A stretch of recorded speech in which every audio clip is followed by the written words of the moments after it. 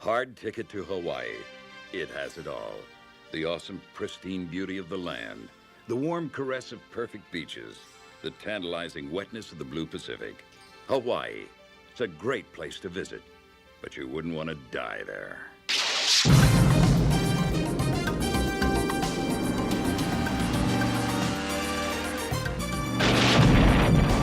Sing!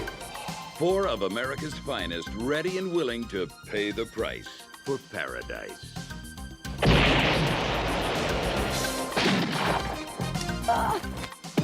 They're undercover, but not under-equipped.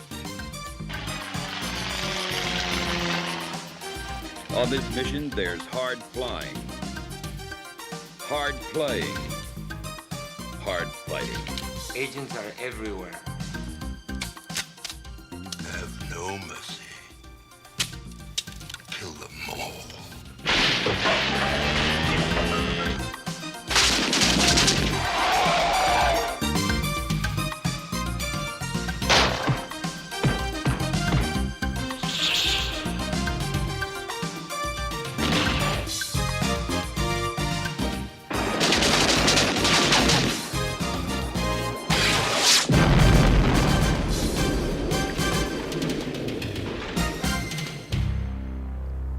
This ain't no hula. It's a hard ticket to Hawaii.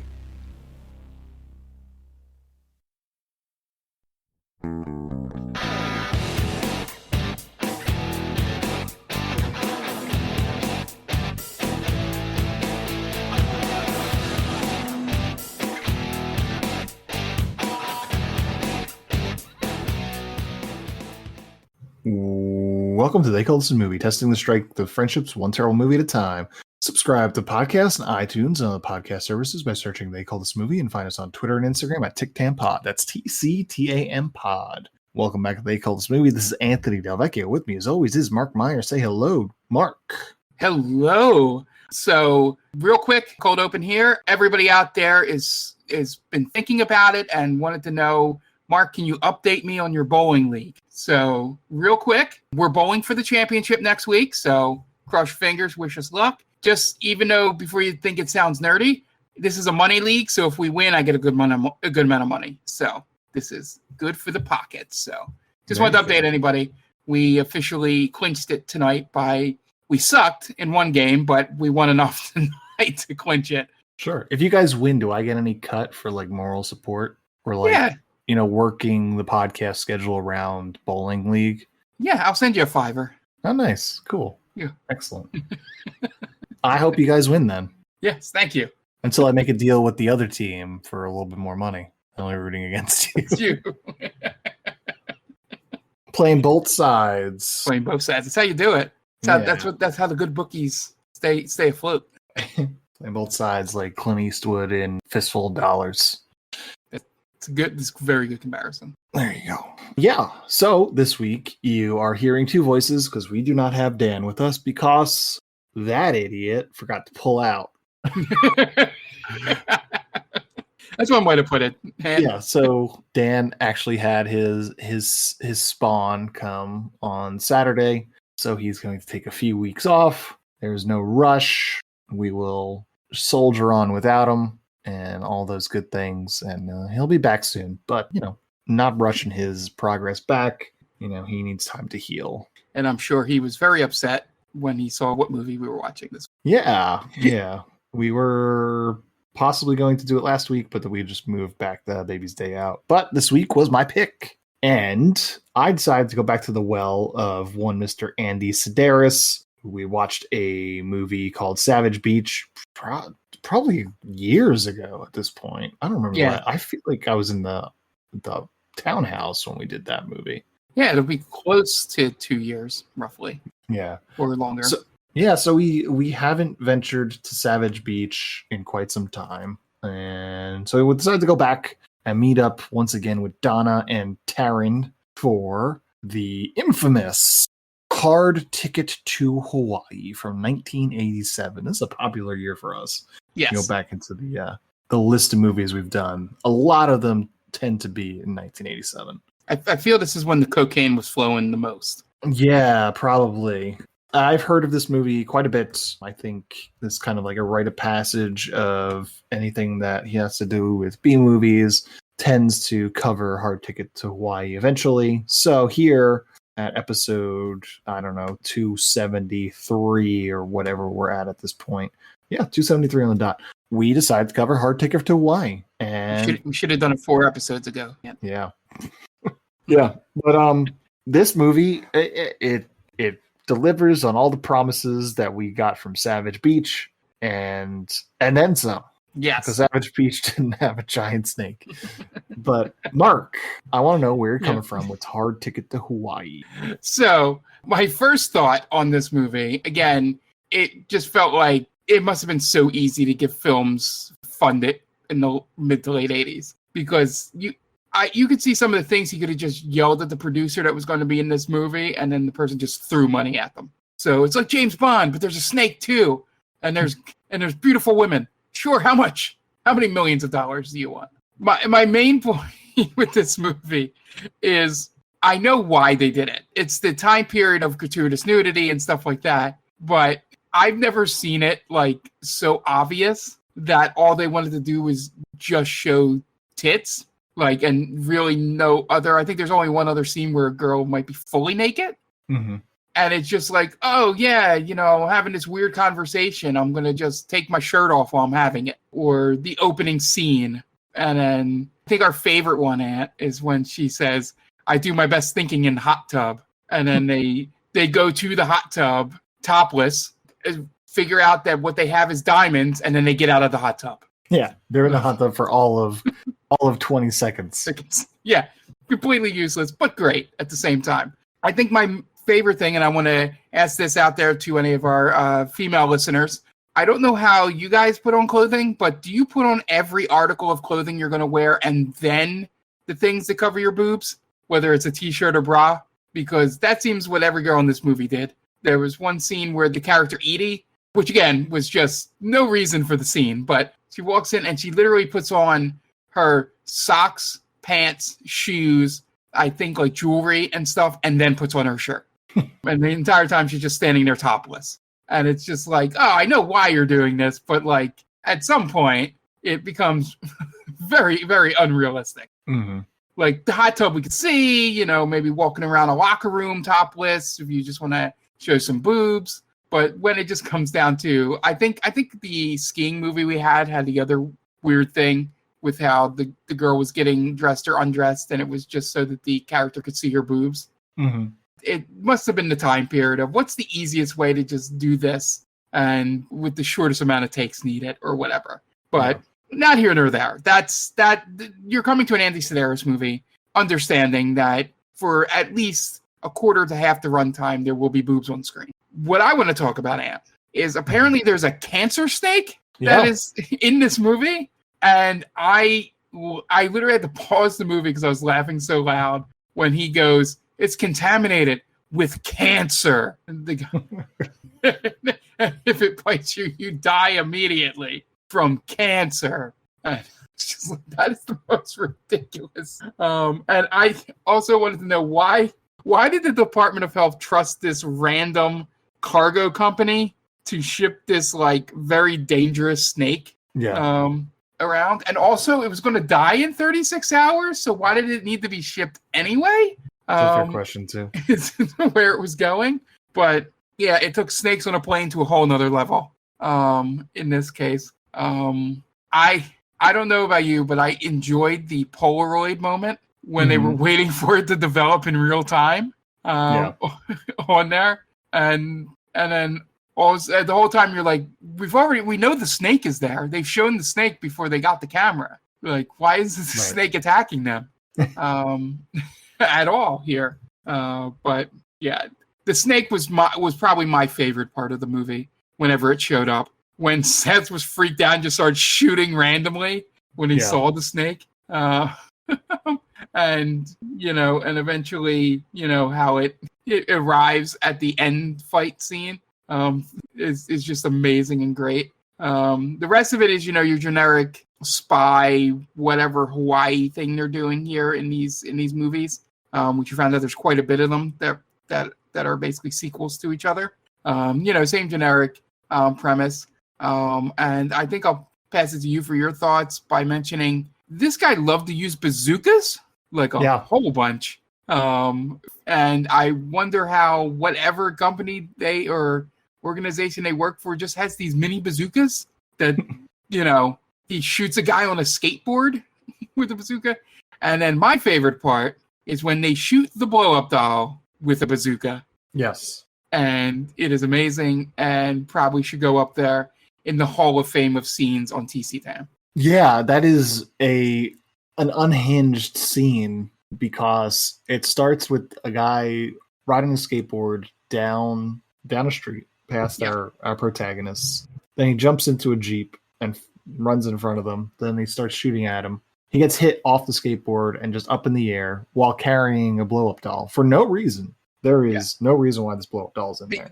And then just gets shot out of the air with a bazooka. Sorry. Yeah. Continue. I was just and then the blow-up doll gets shot out of the air too, also with a bazooka. Two separate shells, by the way, folks. Yes. Yeah. They each get their own individual shot. The only thing I can think of with the blow-up doll, and then we can move on, is that was supposed to be like him hiding the gun, but it also made him very obvious. Yeah. Coming up the street. Yeah. It's wild. It's a wild dumb. scene. It's a wild scene. The snake is great. If it wasn't for the snake, I don't know if I could tell this apart from Savage Beach. Same. It's I had to remind myself what Savage Beach was. That plot was about World War II gold on an island that was being protected by a Japanese pilot that didn't realize World War II was over. Correct? Yes. Right? That was the plot of that movie. Yes. There's no jacuzzi scene, but I'm sure there's plenty of pointless. Oh, what the pointless topless scene was? They change in the plane while they're flying it. Right? Oh yeah, that's the safest of times to change your clothes. Yeah. Now I appreciate how there is no trying to hide what these movies are. No, it is zero. Unabashedly all about hot chicks with guns, occasionally topless. And you know what? I appreciate it for it. Yeah. Yeah. It delivers on that. And sometimes some of the side story stuff is just, you can tell that these things were added on like a day or weekend bender of cocaine with the writers. Sure. I'm talking about Jimmy John Jackson and the vitamin scene with the two football players. Mm-hmm. Is probably one of the more unhinged scenes that we've had, where he's just explaining what all the vitamins do. And I'm just, why is this in the movie? Unless if he's joking around and it's just steroids. Right. But it's such a detailed explanation. Like it plays no part. And then also we get the, I guess, Harvey Weinstein type person. Played by one Andy Sidaris. Yeah. Who apparently almost raped somebody is how we're introduced to this character. That is the unfortunate joke. Yeah. Is that so? He's in Edie's restaurant, which is a restaurant attached to a hotel, and he's a TV producer who's trying to get this actress to work for him, and she mentions that he tried to rape her in her hotel room the night before, and it's played as a joke. Which is and it's one of the worst lines is the next one out of his mouth was like, that was last night, today is today, baby. Yeah. I'm like, Jesus. Yeah. That's our director. Yeah, like you said, there's things that don't, obviously hold up in this movie. But, I mean, the whole movie doesn't hold up, obviously, because you can't. Yeah. I hate the phrase "you can't make this today." I hate it. It's so cliche. And a lot of times it's like, you probably could, but you really couldn't make this one today just because of, you can make it, but it'd like have to be a porn of some sort, or like at the very least, like a softcore Fred Olen sort of joint, which I guess that's kind of like the heir apparent was those Skinamax movies in the 2000s. Yeah. My point would be 80% of this movie you could make, but it would be a softcore porn. Yeah.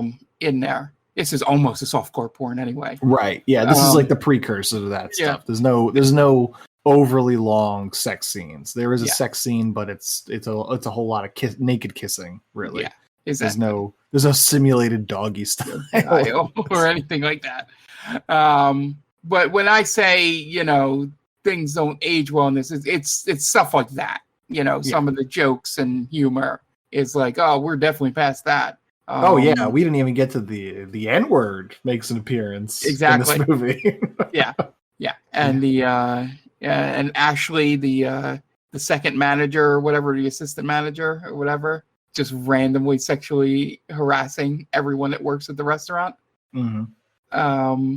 Yeah, but the if you just take the silly parts of this movie, it definitely, as we said, is a time and place thing. Like it basically was hitting on everything that was popular in that time frame. Spy movies. There was some martial arts in there. Big action movie weaponry, or the most they could get for that price. Dumb technology with the tiny helicopter.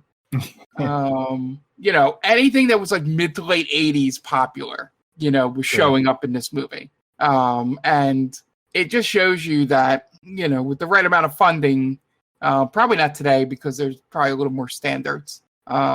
You could basically write the most generic of plot lines and just throw a bunch of dumb shit with nudity in it, and it'll become, like you said, a movie that is like a rite of passage for B movies watching. Because the regular plot does nothing different than your most generic spy film. And it's just, but it's better than your most boring spy film just because of the snake. Essentially, I'm just talking about the snake. The snake just makes this movie so much better than it should be. In the genre that it's in. I do. The one funny thing though was the opening with those cops. And he goes, "Oh yeah, there's a family here grows weed. I come here, I give them a little shit, I give them a tiny fine, they give me a bag, and then we're good for about a year." I was like, "That's probably how it works in like Northern California and Hawaii. It's like, guys, you can't be growing that here. It's kind of illegal. I'm going to give you a warning. Right up, just don't." It's 40, right? But yeah, I just was like, that's a pretty good opening to just show how lax the cops were and how an operation like this could, appear under their noses. Mm-hmm. Yeah. Well, it was a fun watch, overall. But I wish that bring these types of movies back. That's what this world needs. Yeah. Just good. Obviously all the stuff that wouldn't play too much today. They just need dumb movies. Like, I think it's the big thing I learned that as I've gotten older, that sometimes the dumb shit is just what you need sometimes. It's just a stupid movie that is, a nice breeze of a watch for 90 minutes. Yeah.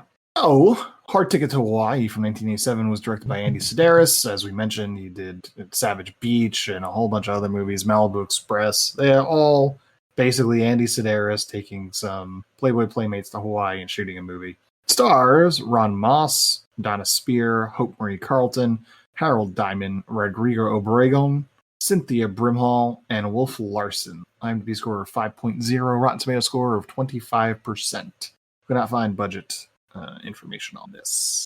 So we're going to take a quick break before we do the plot. And Dan always has this part where he tells you to watch Tia's stuff. Top 10 with Tia. Top 10 with Tia and the Game Vault podcast. I've heard him say it about 200 times. I don't remember it off the top of my head, but check out Top 10 with Tia on YouTube, Geek Vibes Nation, and Game Vault Pod, GV Nation, Game Vault podcast, wherever you get your podcasts.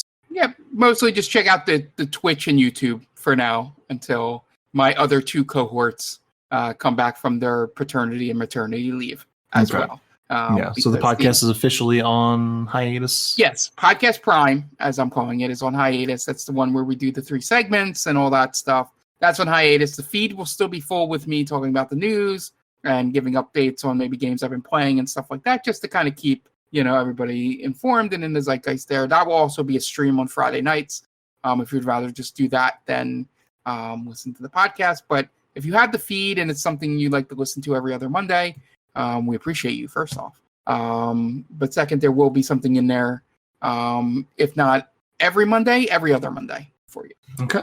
And we're going to take a quick break, and you guys are going to listen to messages from friends of the podcast. So we will be right back.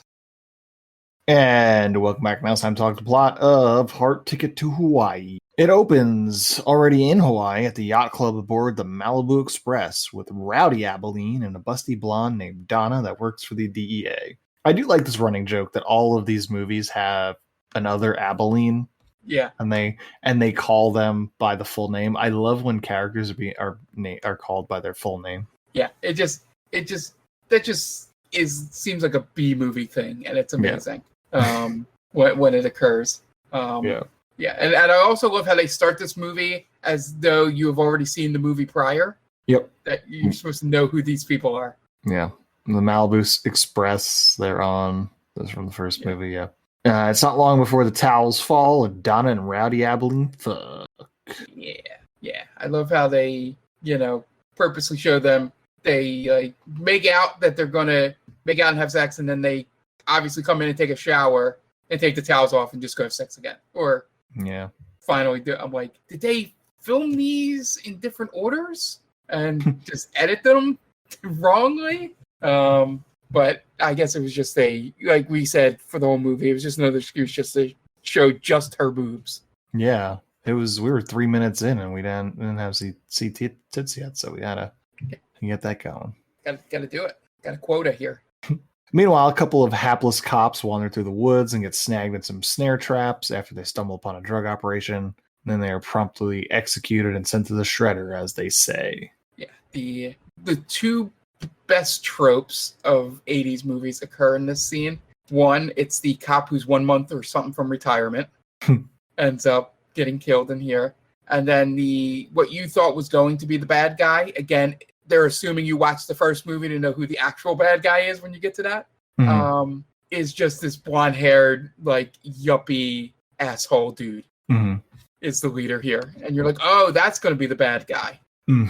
We then get an inventive, for an Andy Sidaris movie, credit sequence with some boxes and construction paper. Then we watch some dudes just move around some boxes in a warehouse, and one certainly unlicensed forklift operator damages a box clearly marked danger that contains a very large, very angry snake. And Donna meets up with her bouncy friend Taryn, who is just about to take her top off, take an outdoor shower. That was the other thing. It's in this scene. She takes her top off to do the outdoor shower, hangs it on the thing, and then they walk in without taking the top back. She just leaves it hanging on the shower thing. Yeah. I wonder. So, you know what? So we were off podcast. We were talking about how this is a sequel essentially to Malibu Express, but neither Donna Spear or Hope Marie Carlton are in the first one. However, the Hope Marie Carlton does make a comment that she had an identity change. Yeah.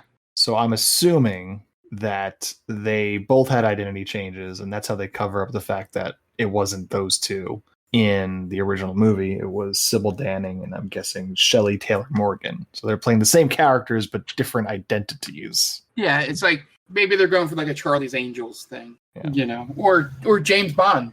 They mentioned James Bond multiple times, and theory that there's multiple James actors who play James Bond, but it's the same person. Right.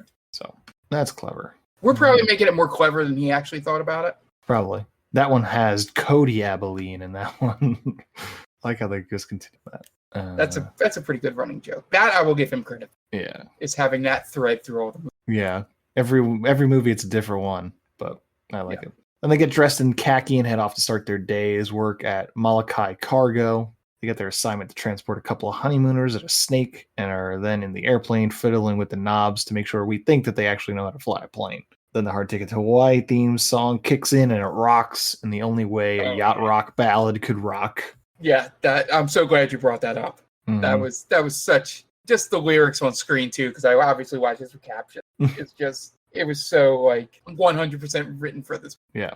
Back at the warehouse, the boss realizes that the guys loaded the plane with the wrong snake and it's contaminated, he says. Tries to get the girls on the radio, but they've already gotten off the plane and are showing the honeymooners to their campsite. Just offshore, a rich dude on a yacht sends off a remote control helicopter to the island and lands it right near the girls. They look inside to find a couple of small packages inside. Then some guys start shooting at them. So the girls throw shit at them, including a throwing star, grab one of the packages, and then run, jumping into their plane and flying away. The remote helicopter flies away without the intended cargo, leaving the guys on the hook to explain what happened to their boss. They meet with him, Mr. Romero, at a restaurant called Edie's to tell him that they did not get the drop. They tell him that it was two broads, as they say, from the cargo company. Yeah, and I guess this is, like I said, this is the moment where you're supposed to know that Seth is like, is he a recurring bad? Was he in the first one as a bad guy?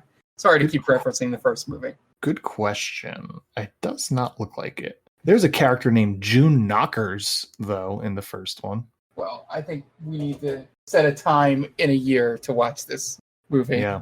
Just for that name alone. Yeah. I really wish I could go back when we watched the first one, and we should have just watched Malibu Express first and done these in order. Yeah, we should have done it like we did 50 Shades of Grey. There we go. Yeah. But oh well. What can you do? I can't do anything until I invent a time machine. Meanwhile, Donna and Taryn unload the snake off the plane and put it into the hangar, then head to the jacuzzi to investigate the package they picked up, because that's where they do their best thinking. And the package winds up being diamonds, and they realize they're in some major shit, and they say they're going to go report it to Rowdy Abilene, so they get out of the jacuzzi. By the way, I don't know if it's because I'm getting older, but through this entire scene, I'm just nervous about the diamonds around the hot tub. No, there's like drains and jets. It'll wind up in a filter. Yeah, in my head, I'm just like, this might be the absolute worst spot to be checking these diamonds. The message gets to Cody via a white bread sandwich, and then the girls head back to their apartment to make some self-references to the previous movie, Malibu Express, and some conversation about Rowdy Abilene's dick. I 100% forgot about the sandwich. That is so dumb. And then I love how they burn the note. Yeah, they burned the note, and me as someone in his 30s thinking, it was like, oh, you can't burn styrofoam. Yeah, that's toxic. Yeah. I thought they were gonna just like let the whole thing sandwich was flammable too. But yeah, that's so. Oh, that was such a dumb way to deliver a note. Yeah, and I thought that delivery driver was gonna drive off the pier. I did too. Right before he makes the turn, he looks back, and I thought he was just gonna go run right off. Exact same thing. The girls are back at the house, and they get attacked by a couple people trying to find the diamonds. The scuffle inadvertently causes the box holding the snake to break. Then they give it the diamonds, which they had hiding in the freezer. But the masked thugs are looking for the other box of diamonds, which, as far as we know, is still back at the drop point. But then Mr. Romero, who's waiting in the car, panics because he saw the snake 100 feet away from him and starts shooting at it. So the thugs run out and hop in the car, but Donna runs out and shoots Romero in the face. Romero and his goons drive away, and Donna and Taryn realize that the snake has escaped. It's great. Yeah, and it's like when they talk to Rowdy about it, whoever they talk to about it, it when they're having the conversation, it sounds like they just shot John Wick. It's like, oh, you shot Seth? Well, there might already be a hit out for you. There's nothing we can do about it. So they get in contact with their boss, and he tells them that the snake is not only giant, it's also riddled with cancer, like the contagious sort of cancer, and that it's very dangerous. It's so dumb. It's such an 80s. I'm surprised it wasn't AIDS. I'm 100% shocked that they didn't use AIDS in this, just because of the time period. Sure. Yeah. That would have been wild. Cancer's even worse, because mainly because I don't think there's no cancer that is spread the way they were saying this cancer would be spread. Yeah, it sounds like if you touch the snake, you get cancer. The girls head to the restaurant and start asking the restaurant owner for some info about Romero and the diamonds. The woman, Edie, tells them to go follow her to the back and they could talk, even though they talked about some very sensitive info right there in the open. And a blonde has already been listening into everything. They go back in and they call Rowdy, and he tells them to go to Romero's beach house and do some investigating. And the blonde that was listening in calls Romero to tell him what she heard. Yeah, so, by the way, the least inconspicuous phone tapping in a movie. Like a big old magnet they just put on the phone. It's so great. And Taryn spots some sportscasters she met before once before, so they have a romantic topless interlude right there in the middle of the case. Next there morning, hadn't been boobs for 20 minutes, Aunt. yeah, it's true. It was a while. The next morning, Rowdy and his buddy are driving to go see the restaurant owner Edie and drive past a guy doing a handstand on a skateboard, who then gets into a car behind them, drives ahead of them, and starts shooting at them. So Rowdy takes out a bazooka and shoots the guy with it, and then the blow-up doll he was inexplicably carrying. It's an awesome scene. I'm not doing it enough justice. But yeah. This has to be on the internet somewhere, just this scene. Yes. If you don't want to go to Tubi and watch the full movie. Mm-hmm.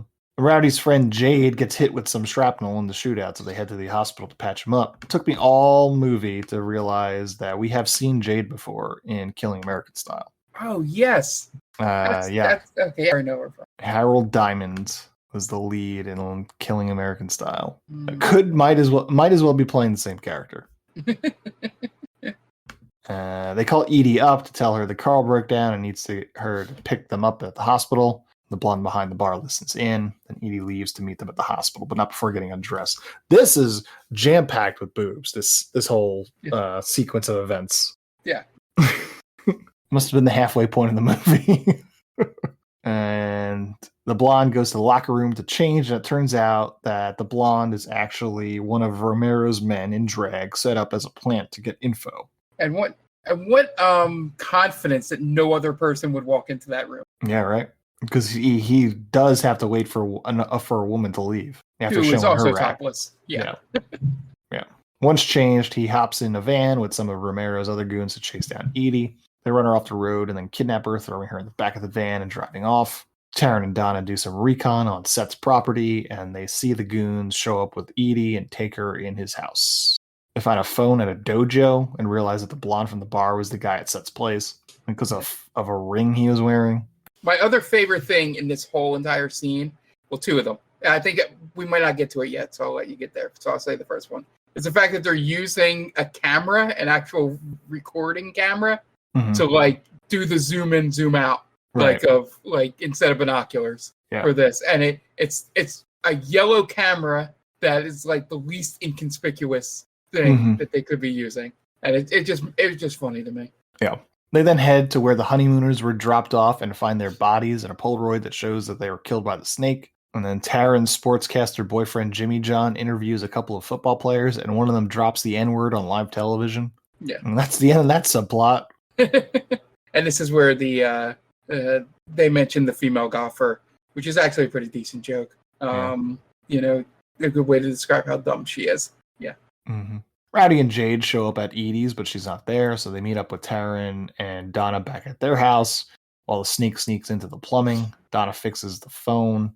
Meanwhile, Edie is currently getting tortured for information regarding the other diamonds, and Rowdy and Donna, while they're supposed to be investigating and trying to save Edie, start investigating the video that they shot at Seth's, and then they fuck.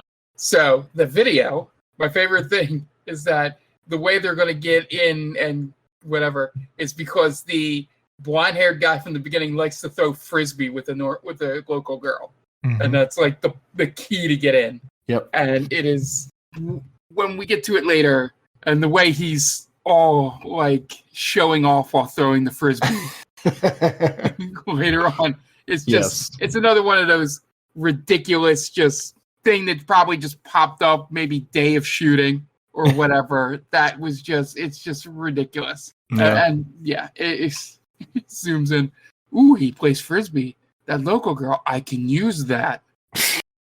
And then apparently he has a satchel full of frisbees, which is awesome. I'm getting ahead of myself there. Yes. The rich guy and Romero talk on the phone about another shipment, and the rich guy tells him that if the DEA agents interfere, he should kill them all.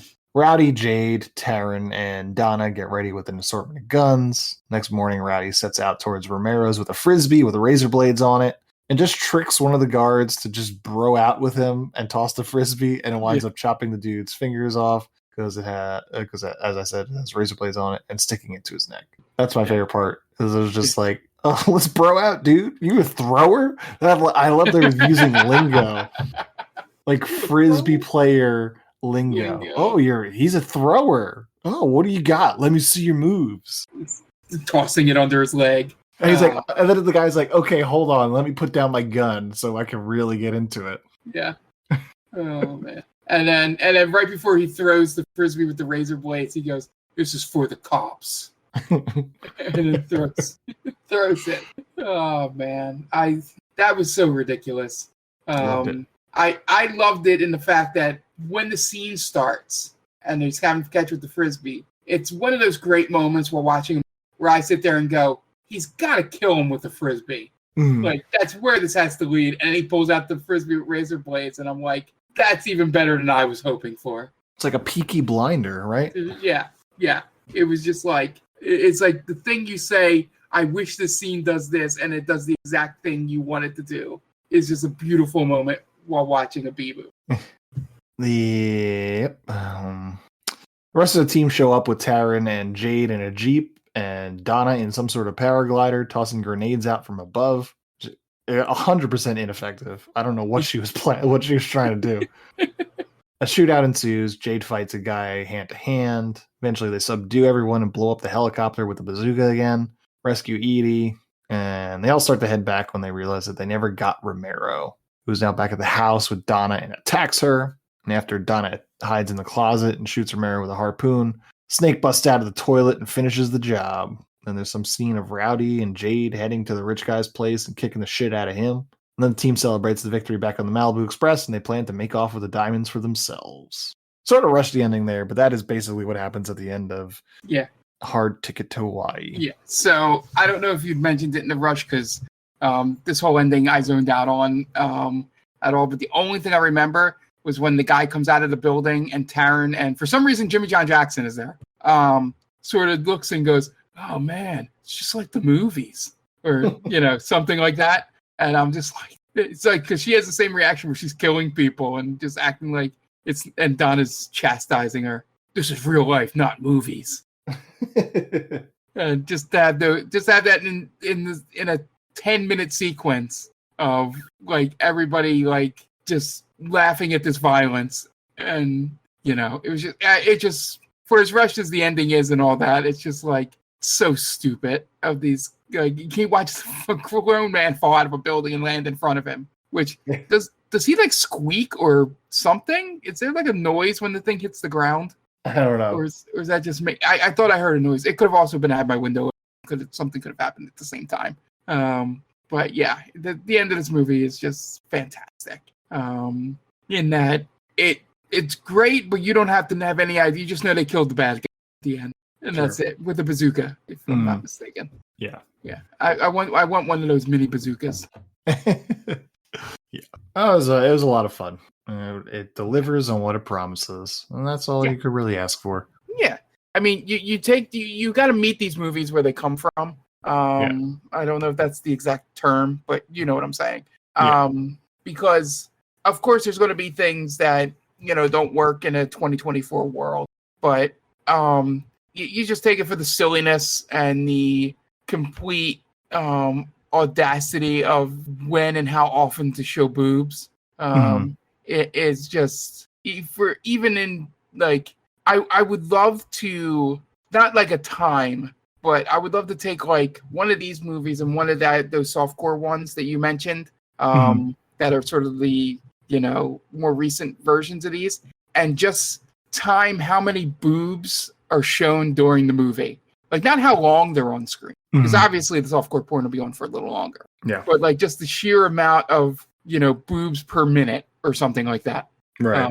To it, because I would swear these movies with only one sex scene in it, maybe two, have more boobs than most movies that you would consider the spiritual successors in the softcore business, because it's just like any opportunity they had to, I need to change to go pick up these people from the hospital. Boob scene. We're walking into the locker room to reveal who the spy is. Boobs. We found the diamonds. We do our thinking in the hot tub. Boobs. It's just ridiculous. And I wouldn't be surprised, and I wouldn't want to interview anyone involved with this. Normally we say, "Hey, I'd like to talk to them." Like, I don't really want to. But just was there a quota? Was like, we need a boob every 10th page or something like that in the script. Right. Because it very much feels formulaic like that. And like you said, it's something you can't do in a mainstream B movie today. Yeah. Sometimes you just want to see tits, guys. That's all, really.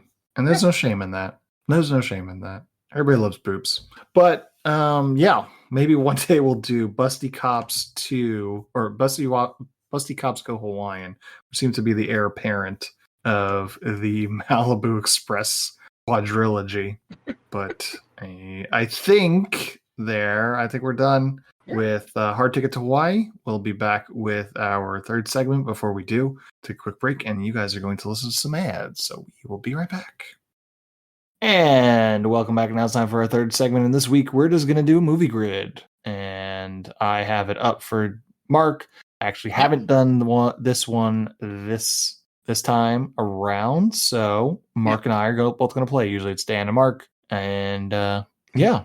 Are you excited, Mark? I am excited. I already see a couple that I can, on a couple of these lines that I can have good fun with here. Okay, cool. Why don't you start us off? All right, let's go. Angelina Jolie and 3 or more word title and Gone in 60 Seconds. Ooh, I don't like that pick. Uh-oh. So is it Gone in 60 spelled out or 60 the number? I feel like it's the number. But we can do an IMDb check because we're not like winning anything here. Yeah. I'm going to say, so just we have it on record. I'm going to say it's the Nicolas Cage version is the number. Yeah. Okay. Trying to trick us. And there you go. Nice. 6.7. That's a good one. Yeah. And she's even on the cover. I'm shocked it's not higher. There you go. I am going to go one below. Oh, I guess I didn't even mention what this is. Off top, 100 million box office run, 3 or more word title, released from 1990 to 2010, and going down, it's Angelina Jolie, Liam Neeson, and Judi Dench. All right, so I'm going to go one down to Liam Neeson, 3 or more word title, and I am going to say Walk Among the Tombstones. That's a good one. 9.8. Not doing too bad so far. All right, where do you go next? Let's go Judi Dench, 1990 to 2010. Let's see if many people remember that she's in this one. Let's go GoldenEye. I believe that is her first one. There you go, 10.4. Yeah, the newer ones are definitely going to be higher, or at least the one new one. There were 2 that were in that time frame. But yeah, I guess I could have named a more random Judi Dench movie from that time period too. But yeah.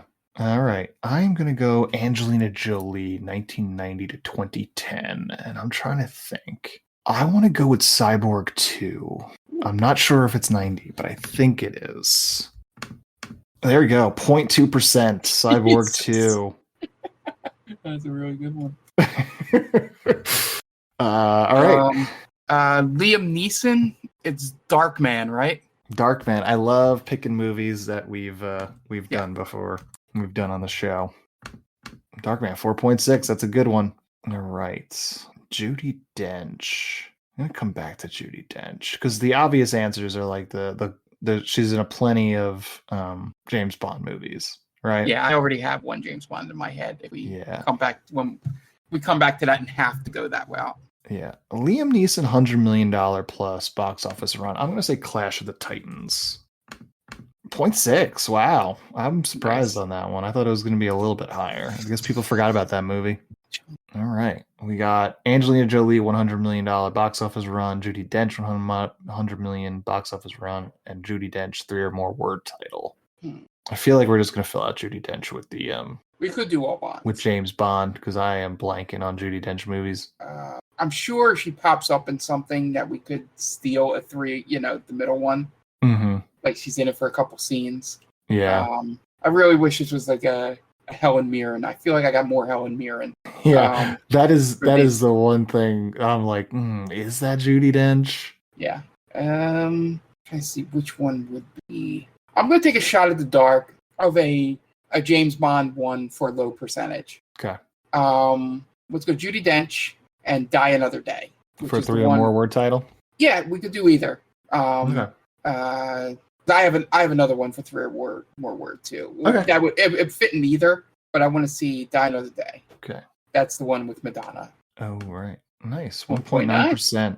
Yeah, it's the last Pierce Brosnan So I was pretty sure that was going to be a low percentage. Gotcha. And then I think the next two will be pretty obvious ones on my end, answers to put in there. But I want to see if you have a $100 million box office for an Angelina Jolie movie. There's probably, she was in Eternals. That's an obvious answer. She was in Wanted. It's another obvious one. I'm trying to think of something that's a little less obvious. That's what I mean. Yeah. Hackers was definitely not $100 million. I wonder if Beowulf was $100 million movie, or like Shark Tale. Ooh. Because Yeah. it was an animated movie. Animated movies almost always make bank. So I wonder if it's Shark Tale. Yeah. Do you what was your obvious Tomb Raider? Angelina Jolie? Tomb Raider. Yeah. Am I getting too cute? That's the question that My thought was to get too cute with that would be to do the sequel, the Tomb Raider. I'm gonna go with Shark Tale. I think it made over 100. Yeah. Nice. There you go. 1.3. Right. And then my thought, you have for the James Bond, since we'll just fill out all James Bond down there, have a couple. There's Quantum of Solace, which I guess that would count as 3 words. 3 words. Yep. Sometimes it's weird when on word count stuff. Yeah. If like ofs and a's and stuff count. And then there's the one after GoldenEye. I can't remember. Tomorrow Never Dies. Yeah, that's it. That's the one I was thinking of. Okay, which one do you want to go with? I don't know how many people remember Quantum of Solace. It is the least memorable. Yeah. Daniel. It has the most gruesome Bond death scene of all time. Do you remember that? Was it the girl in oil? No. Oh. It's even the oil's involved. He ends the movie with the bad guy in the middle of the desert with nothing. And as he walks off, like he can't, like the guys just can't move, like he's broke his legs or something. So he's just leaning there, and Bond just leaves, but all he leaves him is a can of oil. I'm like, Jesus, that's fucking dark. Like, I'm just leaving you in the middle of this. He doesn't cost him or anything. He just leaves the guy in the middle of the desert with just a can of oil. Yeah, I don't remember much of that movie. Yeah, I just remember that and the Russian girl being the Bond girl. That's about it. Was it Olga Kurylenko? Yeah. You want to go Quantum of Solace? Yeah, let's do it. Let's see how many people remember that movie. All right. 25. More than you think. Yeah. Does this one show you? It's actually the highest. It's the highest. Which is, I guess, because other people pick Skyfall and Casino Royale for the other two. Yeah. That's good. We did really well on this one, though. Yeah. I am shocked, by the way, if you go back to show results. I'm glad we got 9 out of 9 and a pretty good percentage. That's Girl Interrupted is pretty good. I thought that would be lower. That Love Actually, that people remember Liam Neeson in that one. Yeah. Well, he's really one of the few people in the movie that isn't a piece of shit. That's true. He's him and Emma Thompson are like angels in that fucking movie. Yeah. But yeah, I would imagine that he's the stars that are actually in that movie. Maybe Alan Rickman. I think people might forget Alan Rickman's in that movie. Maybe. Yeah. But I was surprised to see that getting there. The obvious one are the middle two on his thing. Yeah. Episode 1. Taken. Yeah, there. But yeah, I'm glad we filled that out with I wish there was a grid that I used to do for hockey before I got too busy at work to be able to do it, where it would show you the percentages for each answer. Like you clicked on the box and would show you the lowest percentage answer. Oh, okay. All the way through. Yeah. So you could see like when you were deciding between two, like which one would have gotten you a better score. Yeah. But I'm pretty glad we did 9 out of 9 now. Yeah. I'm kind of glad I got 0.2% for Cyborg 2. Yeah, that's all you. That's what I meant when I said this is more of a you and Dan thing, because there's going to be random movies like that I would like. Darkman is only because, well, actually, I did know about Darkman before we did it, but that would be more of a movie I would have only found out from doing the podcast. Yeah. And we're banned from doing the 0.6% movie. Yes, we are. So, but yeah. I feel we could have, between the two of us, we could have fun, maybe find a really dumb Brosnan Bond and just do an episode on that. Yeah. The problem with the Bond movies, though, is they're all over 2 hours long. Yeah. That's the issue. That is the issue. Yeah, not the Craig ones are all I'm sure I'll look up the Brosnans to see, or maybe we can even do an older one. But I think the Brosnans are the dumbest. Yeah. More fit our podcast than the Connerys and all that. But yeah, there's some good choices. I guess. I'm sure Cyborg 2 is like an Oscar award-winning movie. Oh yeah, I'm sure we could definitely watch that movie. All right, so I think that's our episode. Yeah, join us next week, and we'll probably be 2 of us again. You know, once like I said, not rushing Dan back, or for Jen's sake. Yes. So yeah, so we'll be soldiering on without him for a bit, but he'll probably be back soon, and then yeah, we can get back into the swing of things and watch a Neil Breen movie soon or something. I was actually just going to ask you about that. We won't do it without Dan. Sure obviously, yeah. I'm sure he'll want to be a part of that, but it's coming up. You know, I think we did the last one in June, so have to reach out to the guys at Binge Media and talk some Breen with them. But yeah. All right. That's Hard Ticket to Hawaii. Check us out on all our socials. We're on TickTamPod, on Twitter, formerly known as X, Threads, and Instagram, where they call this a movie, on TikTok. And if you have any questions for us, suggest a movie for us, TickTamPod@gmail.com is our Gmail account. And that's all places to get a hold of us. Tell 5-star review, give it one of those on your podcatcher of choice. Hit us up on YouTube. We have some YouTube videos up there. Love for you to take a look at those. And yeah, just tune in next week where we probably haven't picked a movie yet, but we will. We will. Before next week, we'll have a movie lined up. But that's going to wrap us up. The director of Hard Ticket to Hawaii was Andy Sidaris. So for Mark Myers, the aforementioned absent Dan Aquino, and the Aquino clan, this is Anthony DeVecchio telling director Andy Sidaris, well, you certainly made a movie, didn't you? Thanks for listening to They Called Us a Movie. Subscribe to us wherever you get your podcasts, and be sure to check us out on Twitter and Instagram at TickTamPod. That's TCTAM Pod. You can also check us out on TikTok at They Called Us a Movie.